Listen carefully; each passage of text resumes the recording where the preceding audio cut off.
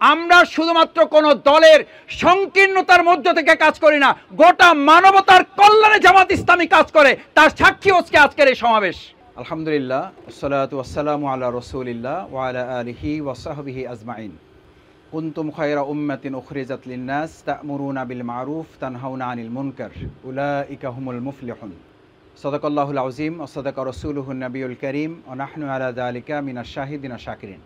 আমাদের প্রিয় সংগঠন মানবতার কল্যাণে নিবেদিত প্রাণ কাফেলা বাংলাদেশের স্বাধীনতা সার্বভৌমত্বকে অর্থবহ করে গোটা মানব জাতির কাছে পৌঁছে দেওয়ার জন্য প্রত্যয়দীপ্ত সংগঠন বাংলাদেশ জামাত ইসলামী বাউফল উপজেলা সংগঠনের উদ্যোগে আমাদের সাম্প্রতিক সময় ঘূর্ণিঝড় রিমাল এর মাধ্যমে ক্ষতিগ্রস্ত ভাই বোনেরা, সেই সমস্ত ভাই বোনদের পাশে সহযোগিতার জন্য আজকের এই অনুষ্ঠান, আপনাদের পাশে দাঁড়াবার জন্যই আজকের আয়োজনের সম্মানিত সভাপতি, উপজেলা সংগঠনের সম্মানিত আমির, আমার একান্ত শ্রদ্ধাভাজন বিশিষ্ট আলেমদ্বীন মাওলানা রফিকুল ইসলাম, আপনাদেরই প্রিয় মানুষ।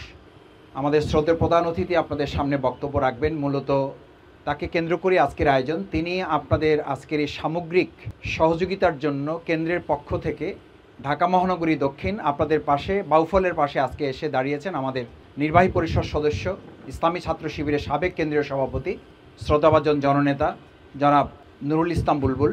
আমাদের সাথে ইতিমধ্যে বক্তব্য রেখেছেন বাংলাদেশ ইসলামী ছাত্র শিবিরের সাবেক কেন্দ্রীয় সভাপতি, মহানগরীর সংগ্রামী সহকারী সেক্রেটারি, কেন্দ্রীয় মজলিসের শুরার সদস্য জনাব দেলোয়ার হোসেন।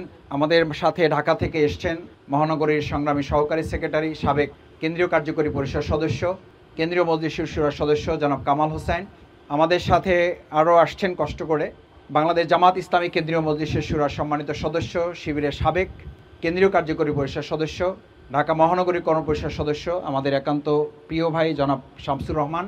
আমাদের মাঝে ঢাকা থেকে এসছেন বাংলাদেশ শ্রমিক কল্যাণ ফেডারেশন ঢাকা মহানগরী দক্ষিণের সংগ্রামী সভাপতি, বিশিষ্ট শ্রমিক নেতা, আমাদের প্রিয় ভাই বিশেষ অতিথি জনাব আব্দুস সালাম। আর আপনাদের আজকের এই পুরো প্রোগ্রামের ব্যবস্থাপনার জন্য যিনি হোস্ট হিসাবে, মেজবান হিসাবে কাজ করছেন, এই পটুয়াখালীর সংগ্রামী নেতা তিনি আমাদের মাঝে এসছেন অধ্যাপক খালিদ সাইফুল্লাহ ভাই। আমরা তাকে আন্তরিক কৃতজ্ঞতা জানাই যে অসম্ভব পরিশ্রম করেছেন এই প্রোগ্রামকে বাস্তবায়ন করার জন্য। আমাদের সাথে ইসলামী ছাত্র শিবিরের ঢাকা মহানগরী পূর্বের সভাপতি, ইসলামী ছাত্র শিবিরের কেন্দ্রীয় কার্যকরী পরিষদ সদস্য, তিনি বক্তব্য রেখেছেন। আমাদের সাথে উপস্থিত আছেন বাংলাদেশ জামাত ইসলামী মহানগরী মজলিসের শুরার সম্মানিত সদস্য, আমাদের একান্ত প্রিয় ভাই, সমাজ কল্যাণমূলক কার্যক্রমে এই বাউফলে বিভিন্ন সময় তিনি আমাদের খোঁজখবর রাখেন এবং সব ধরনের সহযোগিতা তিনি করার চেষ্টা করেন। আজকেও সেই সহযোগিতারই অংশ হিসাবে তিনি ভবিষ্যতে আমাদের পাশে থাকবেন ইনশাআল্লাহ। আমাদের প্রিয় ভাই জনাব মেজবাউদ্দিন সাইদ, আমরা আন্তরিকভাবে তাকে ধন্যবাদ জানাই। আমাদের মাঝে উপস্থিত আছেন বাংলাদেশ ইসলামী ছাত্র শিবিরের কেন্দ্রীয় কার্যকরী পরিষদ সদস্য, সাবেক পল্টন দক্ষিণ থানার সংগ্রামী আমির, মহানগরী মজলিসের শুরার সদস্য, সাবেক ছাত্রনেতা প্রিয় ভাই শাহিন আহমেদ খান, ইসলামী ছাত্র শিবিরের পটুয়াখালী জেলার সেক্রেটারি, বাউফল উপজেলার আমাদের একান্ত সম্মানিত আলেমদ্বীন আজকের যিনি উপস্থাপনা করছেন, বাংলাদেশ জামাত ইসলামী বাউফল উপজেলা সংগঠনের সম্মানিত কর্মপরিষদ শুরার সদস্যবৃন্দ আছেন, আমাদের ইউনিয়ন সম্মানিত দায়িত্বশীল নেতৃবৃন্দ আছেন, যারা কষ্ট করে আমাদের এই ভাই বোনদেরকে একত্রিত করার কাজে মূলত ভূমিকা রেখেছেন। আমি সেই সমস্ত সম্মানিত নেতৃবৃন্দের কথা বিশেষভাবে স্মরণ করছি। আজকে মূলত যাদের নিয়ে আয়োজন, আমরা সবাই আসলেও যারা আপনারা না আসলে এই প্রোগ্রামটা হতো না, যারা মূল প্রাণকেন্দ্র আজকের এই প্রোগ্রামের, আমার সেই সমস্ত সম্মানিত ক্ষতিগ্রস্ত ভাই এবং বোনেরা, ভিন্ন ধর্মাবলম্বী যারা আছেন, আমি প্রথমে সালাম জানিয়েছি ভিন্ন ধর্মাবলম্বী, আমরা তাদেরকেও এখানে আহ্বান জানিয়েছি। আমরা তাদেরকে জানাচ্ছি ইসলামের দৃষ্টিতে আসসালামু আলাইকুম ওয়া আলা মান ইত্তাবাল হুদা, আন্তরিক অভিনন্দন, কৃতজ্ঞতা এবং শুভেচ্ছা জানাচ্ছি আপনাদেরকে। আপনারা কষ্ট করে আমাদের প্রোগ্রামে এসছেন। আমি বিশেষভাবে কৃতজ্ঞতা প্রকাশ করছি এখানে উপস্থিত হয়েছেন ইলেকট্রনিক মিডিয়ার সম্মানিত সাংবাদিকবৃন্দ, বিভিন্ন জাতীয় দৈনিকের এখানকার স্থানীয় প্রতিনিধিবৃন্দ, সাংবাদিক বন্ধুগণ এবং অত্র এলাকার সম্মানিত গণ্যমান্য ব্যক্তিবর্গ, শিক্ষক এবং বিভিন্ন পর্যায়ের আমাদের বিভিন্ন দল এবং মতের সম্মানিত জনপ্রতিনিধি, দায়িত্বশীল নেতৃবৃন্দ। আমি আবারও আপনাদের প্রতি আন্তরিক কৃতজ্ঞতা এবং অভিনন্দন জানিয়ে ছোট্ট দু একটি কথা বলে আমার কথা শেষ করব। মূলত প্রধান অতিথি আমাদের উদ্দেশ্যে কথা বলবেন। সম্মানিত এবং আমার একান্ত প্রাণপ্রিয় বাউফলবাসী, আমার ভাই এবং বোনেরা, আমরা মহান আল্লাহর কাছে প্রথমে শুকরিয়া আদায় করি যে আল্লাহ তাআলা এইটুকু বিপদ দিয়েছেন, সেই আল্লাহ তাআলা এই বিপদটা আরও বাড়িয়ে দিতে পারতেন না। এবং আপনাদের মনে আছে আবহাওয়া অধিদপ্তর যেভাবে আমাদেরকে সতর্ক করেছে এবং আমরাও যতটুকু প্রস্তুতি নিয়েছিলাম, বা আমাদেরও যতটুকু আশঙ্কা ছিল, আলহামদুলিল্লাহ সেখান থেকে আল্লাহ আমাদেরকে হেফাজত করেছেন না করেন নাই? আমরা সেই জন্য আল্লাহর দরবারে একবার শুকরিয়া আদায় করি আলহামদুলিল্লাহ। যতটুকু ক্ষতি হয়েছে, আমাদের এখানে একজন মৃত ব্যক্তির তার পরিবার এসছেন, আমরা সেই মৃত ব্যক্তির প্রতি সমবেদনা জানাই, তার জন্য আল্লাহর কাছে জান্নাতুল ফেরদাউস কামনা করি। তার পরিবারের সদস্যবৃন্দ যারা এসছেন, ক্ষতিগ্রস্ত যারা এসছেন, আহত হয়েছেন যারা, যাদের ঘরবাড়ি ক্ষতিগ্রস্ত হয়েছে, তাদের প্রতি সমবেদনা জানিয়ে আমি আল্লাহর কাছে সাহায্য চাই। আল্লাহ যতটুকু ক্ষতি আমাদেরকে পরীক্ষার জন্য দিয়েছেন সেইটুকু কাটিয়ে ওঠার তৌফিক জন্য আল্লাহ আমাদেরকে দান করেন। সম্মানিত ভাইয়েরা, আমার জন্য সৌভাগ্যের, আমি আপনাদের এলাকার একজন, আপনাদেরই সন্তান, আমি আপনাদের কারো ভাই, আমি আপনাদের কারো বন্ধুর মতো। আমি চেষ্টা করি যতটুকু এলাকায় এসে বক্তব্য রাখি তার চেয়ে আপনাদের কাছে থেকে আপনাদের পাশে সুখে দুঃখে অংশগ্রহণ করার জন্য। আমার সৌভাগ্য হয়েছে আলহামদুলিল্লাহ, আল্লাহ তাআলারই পরিকল্পনা। মহানগরীর সম্মানিত আমিরের কাছে রাত্রিবেলা আমি ফোন করেছিলাম যে আমি একটু বাউফলে যাওয়া দরকার, তখনও কিন্তু বন্যার ব্যাপারে এরকম আলোচনা হয় নাই। সাথে সাথে বুলবুল ভাই বললেন ঘুরে আসেন, আমি রওনা দেব। সেই সময় টেলিভিশন রেডিওতে শুনতে পাচ্ছি যে 10 নম্বর সতর্ক সংকেত আমাদের এলাকার জন্য দেওয়া হয়েছে। আমাকে এলাকা থেকে যাদেরকে ফোন করেছে সবাই বলল যে মাসুদ ভাই আপনি রাতে রওনা দিয়েন না, এটা অনুরোধ, আপনি রওনা দিয়েন না, এই সাহস আপনি করেন না।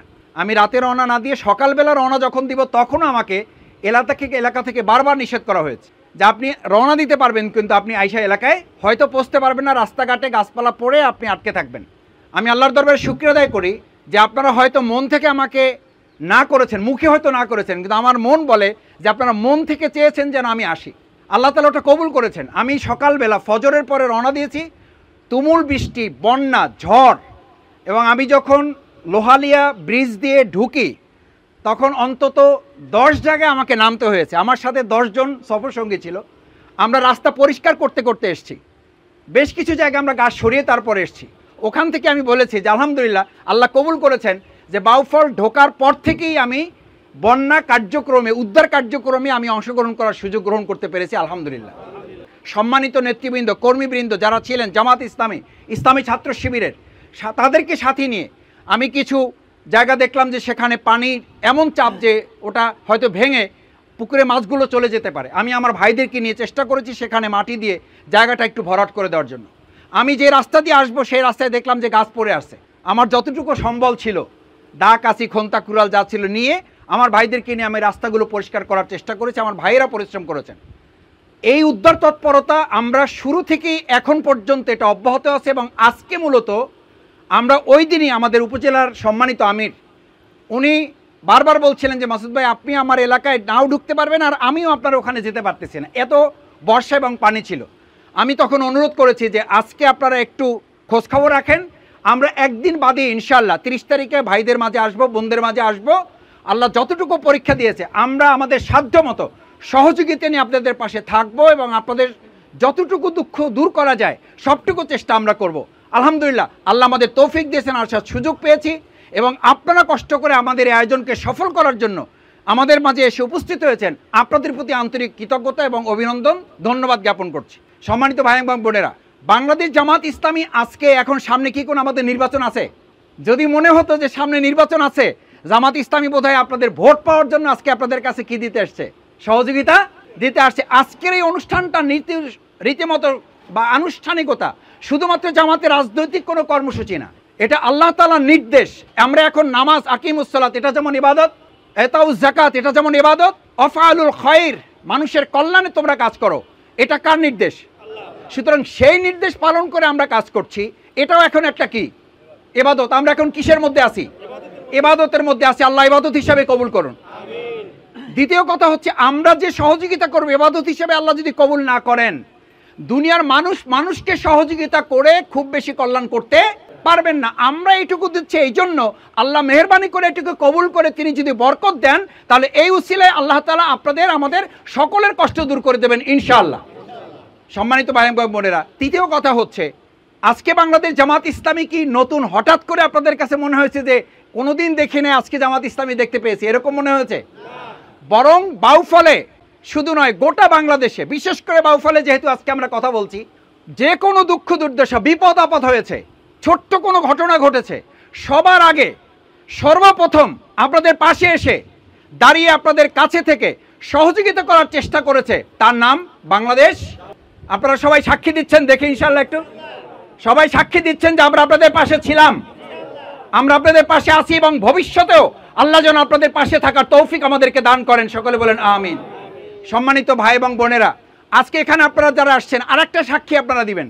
জামাত ইসলামীর ব্যাপারে বলা হয়ে থাকে জামাত ইসলামী একটা বিরাট সমস্যা।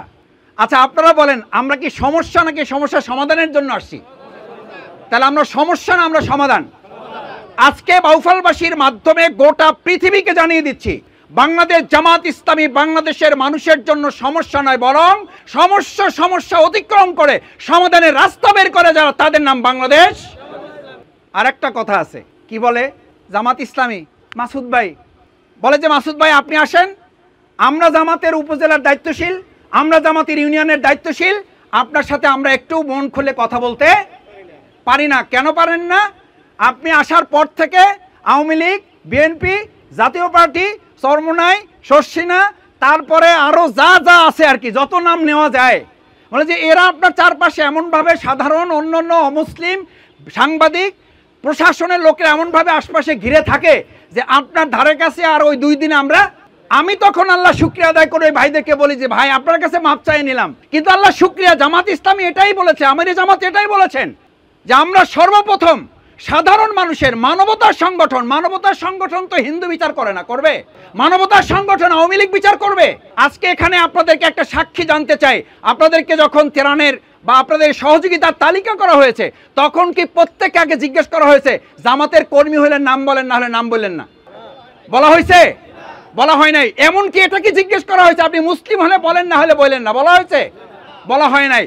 তার মানে আজকে প্রমাণিত না, এটা আগে থেকেই প্রমাণিত ঐতিহ্য জামাত ইসলামের। আমরা শুধুমাত্র কোন দলের সংকীর্ণতার মধ্য থেকে কাজ করি না, গোটা মানবতার কল্যাণে জামাত ইসলামী কাজ করে, তার সাক্ষী হচ্ছে আজকের এই সমাবেশ।